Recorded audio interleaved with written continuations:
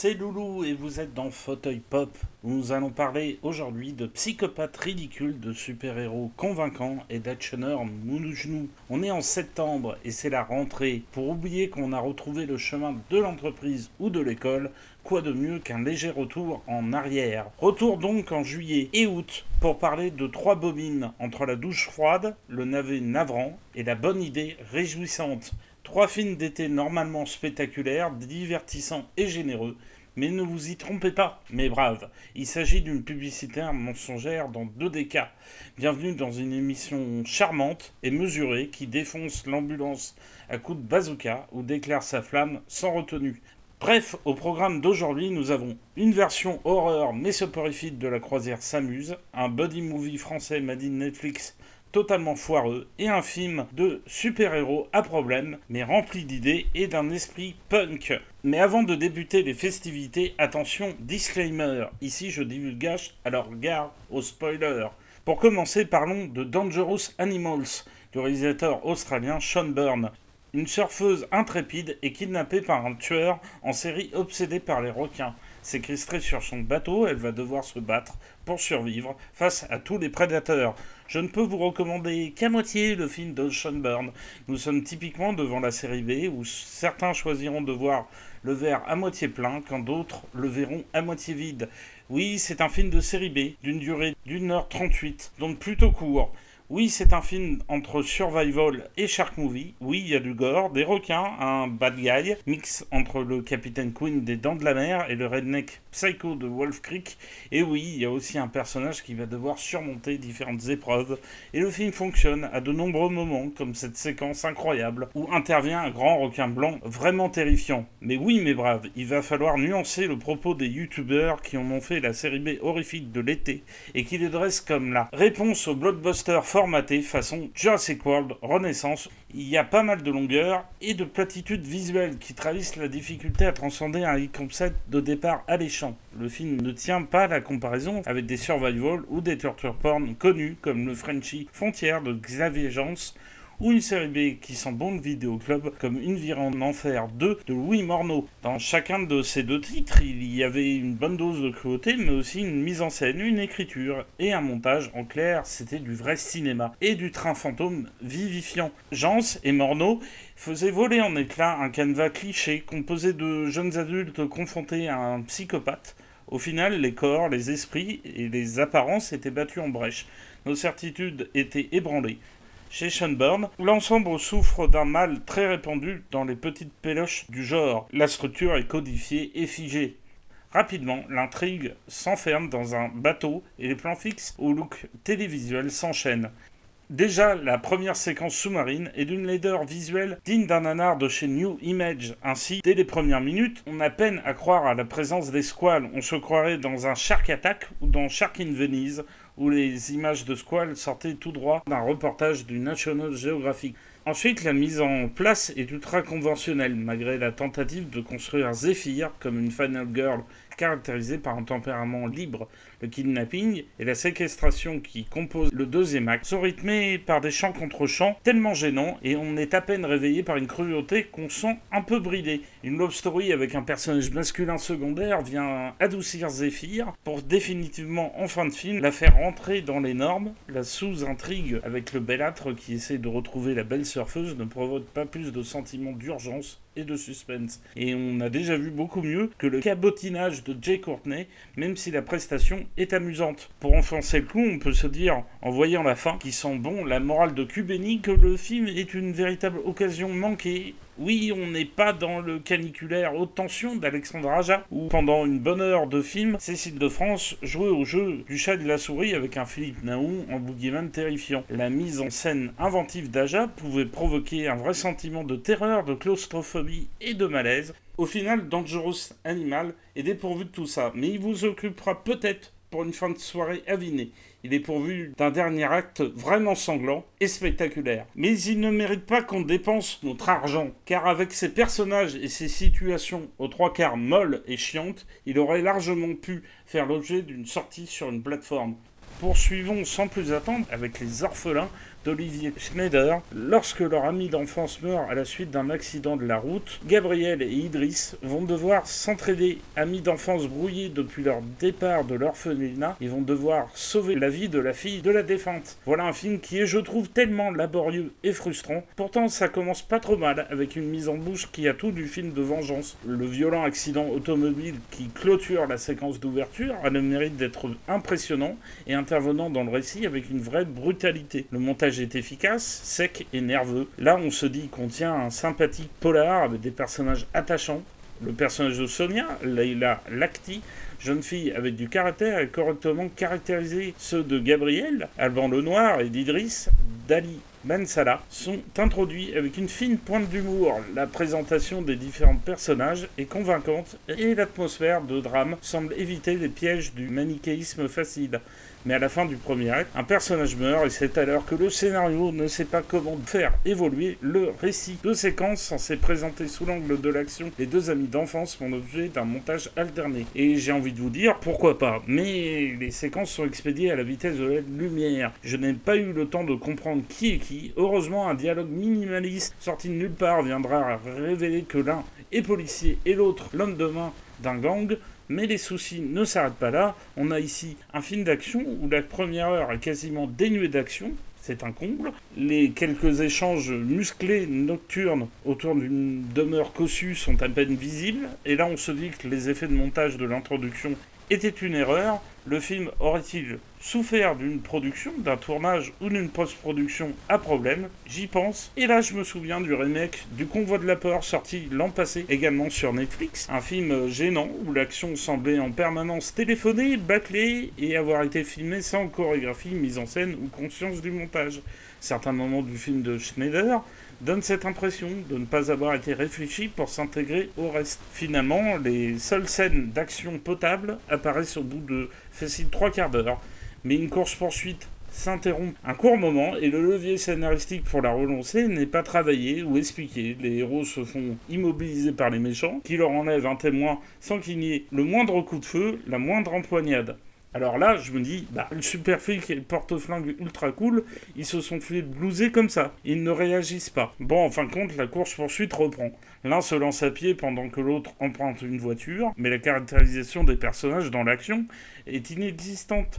Gabriel et Idriss sont interchangeables et ça donne encore plus d'inconsistance à tout ça. Malgré tout, la séquence fourmille de plans de caméra et de choix de montage mettant en valeur le travail des cascadeurs, plus tard un gunfight dans un bâtiment en travaux regorge de sauvagerie, de dynamisme et même d'originalité.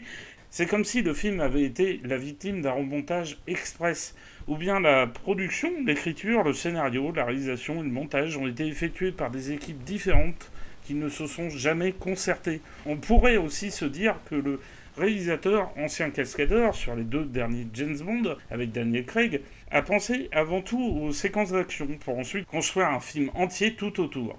Un système de production qui rappelle Hollywood, avec des films comme Le Monde Perdu de Steven Spielberg, le 2e Jurassic Park, des soucis d'écriture qui rappellent toujours les blockbusters, et notamment Independence Day de Roland Emmerich ou Armageddon de Michael Bay, 2 titres où des situations compliquées étaient désamorcées par des personnages normalement experts dans leur domaine qui se contentent de frapper sur un tableau de bord, sur un ordinateur, sur un outil pour le faire fonctionner. Bref, Les Orphelins, c'est un cinéma qui nous prend quand même un peu pour des idiots, comme beaucoup de films actuels, cela dit.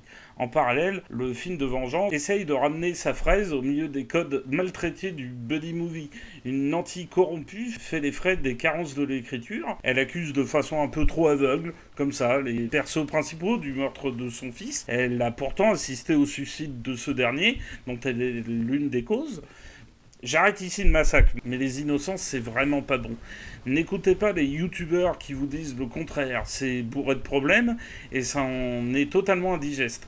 Mais si vous voulez voir ou revoir un sympathique et bon buddy movie français, allez voir L'Union Sacrée avec Patrick Bruel et Richard Berry. Après 2 films qui font peine à voir, passons à quelque chose de beaucoup plus coloré, singulier et jouissif. Pour finir, parlons du Superman de James Gunn. Le réalisateur qui a été aux commandes de la trilogie Les Gardiens de la Galaxie incarne une forme de renouveau du film de super-héros. Il a signé The Suicide Squad, un vrai film de commando avec des frics, de la satire, de l'ultra-violence et de la poésie. Maintenant, le voilà aux commandes des nouvelles productions d'ici et de ce nouveau Superman. C'est le premier chapitre d'un nouveau univers étendu, donc c'est un enjeu important pour la Warner. Mais l'Homme d'Acier version 2025, ça parle de quoi? Superman entreprend un voyage pour réconcilier son héritage kryptonien avec son éducation humaine en tant que Clark Kent lorsqu'il est pris dans des conflits à la fois aux États-Unis ainsi qu'à l'étranger, offrant à Lex Luthor l'occasion opportune de se débarrasser de lui, et ce, une bonne fois pour toutes. Et ça donne quoi? Ça commence à la façon d'un épisode de comics. On prend l'histoire en cours. Au premier visionnage, moi, la chose m'a légèrement désarçonné, surtout que le scénario n'est pas un exemple de perfection. Il y a un léger ventre mou au milieu du récit, il y a pas mal de raccourcis, le lien entre le personnage principal et le chien Krypto est mal exploité, même si la bébête a tout de la petite chose bien sympathique qui nous fait bien marrer et qui a plein de petits moments très très fun, très comiques, mais on comprendra difficilement ce qui unit les deux persos. Ensuite, une grande partie des personnages sont quand même plutôt des faire-valoir, ou des personnages fonctions qui gravitent autour du personnage principal, mais on évite là une nouvelle origin story pour proposer une vraie vision de Superman. Le film est coloré, dynamique, épique et intime. La direction artistique tend vers le rétrofuturisme. Il y a une vraie identité visuelle. À base de courtes focales, de plans débulés. Le montage sait souvent être efficace. Il y a notamment de bonnes transitions entre différentes séquences clés qui peuvent provoquer de l'humour. Il y a une sauvagerie et un esprit cartoon dans les scènes d'action, avec par exemple la mise à mort de certains méchants. La composition de plans est réellement iconique, pouvant évoquer la bande dessinée, avec Superman par exemple qui sauve une petite fille, ou qui s'élève au-dessus des décombres, ou d'un nuage de poussière. Loïs et Superman vont discuter avec en arrière-plan, par exemple, un combat aérien nocturne et teinté de mille petites couleurs. Et donc c'est de façon générale plutôt pop, mais ça propose également une vraie désacralisation du super-héros. Superman souffre dès sa première apparition à l'image, et Lois Lane connaît sa double identité dès le début. C'est un vrai personnage faillible. Il doute, il souffre, il est en colère. Le film inclut une séquence particulièrement intéressante de discussion entre la journaliste et l'extraterrestre, qui vire totalement au débat contradictoire. La force morale est ici opposée au cynisme, à la réalité ainsi qu'aux injonctions. Le personnage ressemble à un héros de Frank Capra par son aspect vertueux, incompris et victime du cynisme généralisé. James Gunn veut revenir à l'innocence du récit, tout en la questionnant. Les péripéties que traverse le héros sont des remises en question de cette innocence, comme ce dialogue en forme de débat. Et dans tout ça, Lois Lane n'est pas un personnage de femme en détresse, c'est un personnage complémentaire et capable de s'engueuler avec Clark Kent / Superman. Elle apporte des thématiques sur l'importance du débat contradictoire et l'opposition des points de vue. On trouve même une évocation de la guerre à Gaza comme un vrai fil rouge tout au long du récit. Superman, face à ça, se cherche. C'est un immigré, un adolescent. L'enjeu pour lui, c'est de trouver sa place dans ce monde-là. Il lutte contre sa dualité naturelle, entre l'apparence d'être humain et une nature d'extraterrestre. Et ça, c'est vraiment très évocateur de ce que doivent vivre un certain nombre d'individus, parce que, littéralement, c'est la définition d'un immigré, hein.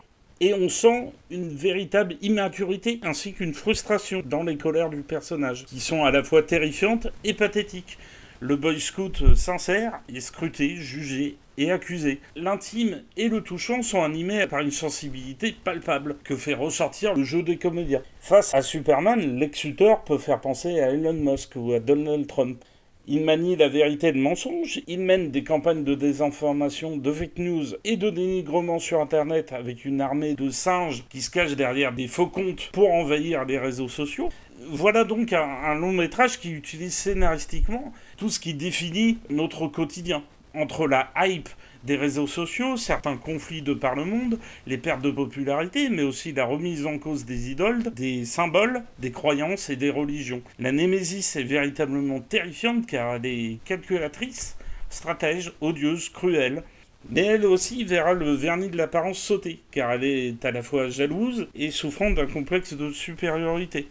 Les personnages ressentent de vraies émotions, et c'est la force du film. Il y a plusieurs méta-humains, des personnages de super-héros, qui sont à la fois héroïques, caricaturaux, monstrueux ou grotesques. Ils sont pas tous suffisamment exploités, il faut le dire, mais ils font ressortir l'attachement de Gunn pour des personnages de Freaks. Il y a des profils et des figures plutôt relayés sur la marge ou moqués par notre société, comme les migrants, les étrangers, les marginaux. Le traitement scénaristique d'une Instagrammeuse passe de la bimbo et de la femme sandwich à l'amante plus maligne qu'en apparence. La musique, qui est une sympathique relecture du thème de John Williams, donne une identité musicale emphatique mais borderline, avec une guitare électrique et des sonorités rock'n'roll. Si vous voulez kiffer à nouveau les super-héros, comme à l'époque de Spider-Man 2 ou Blade 2, regardez le Superman de James Gunn. Malgré des raccourcis narratifs, des personnages fonctions et une structure conventionnelle qui annonce un futur univers étendu, Gunn jouit et nous fait jouir de ces personnages pensés avant tout comme des êtres faillibles, ambigus, mais malgré tout bigger than life. Comme Sam Raimi, Guillermo del Toro, Shane Black, Gunn ouvre sa caisse de jouets et livre un film inventif, fun et décomplexé. Ce nouveau Superman se paye même le droit d'être contestataire en essayant de ramener un esprit candide face au cynisme chiant de notre époque. Et là, c'est une assez belle réponse à la version qu'avait donnée Zack Snyder, alias Zakouille la fripouille, au personnage de Superman. Voilà, Fauteuil Pop, c'est terminé. Encore une fois, même s'ils sont nombreux, les vendeurs de bitons de lessive, à les avoir défendus sur YouTube, ne vous faites pas avoir. Dangerous Animal, ça va peut-être vous divertir si vous avez peur des requins, mais n'y cherchez à aucun moment une once d'originalité, car vous allez tomber de très haut. Les Orphelins, ça c'est un énorme ratage au scénario tellement indigent. La véritable surprise ici, c'est Superman, qui n'est pas un chef-d'œuvre ou un grand film, mais un blockbuster sympathique, divertissant et même un peu rentre-dedans, et qui réinvente un peu la formule du film de super-héros après plus d'une décennie de marvellerie cynique. Sinon, n'hésitez pas à me dire en commentaire si vous êtes d'accord avec moi, ou bien qu'au contraire, mon avis pue le rance. Si vous aimez notre travail, vous pouvez liker, partager et vous abonner en activant la cloche. C'est gratuit, mais surtout, plus nous serons nombreux et plus ça nous donnera la force de continuer. Je vous dis à très vite pour de nouvelles découvertes, pépites et autres nanars ou navets. A plus et bisous de nous.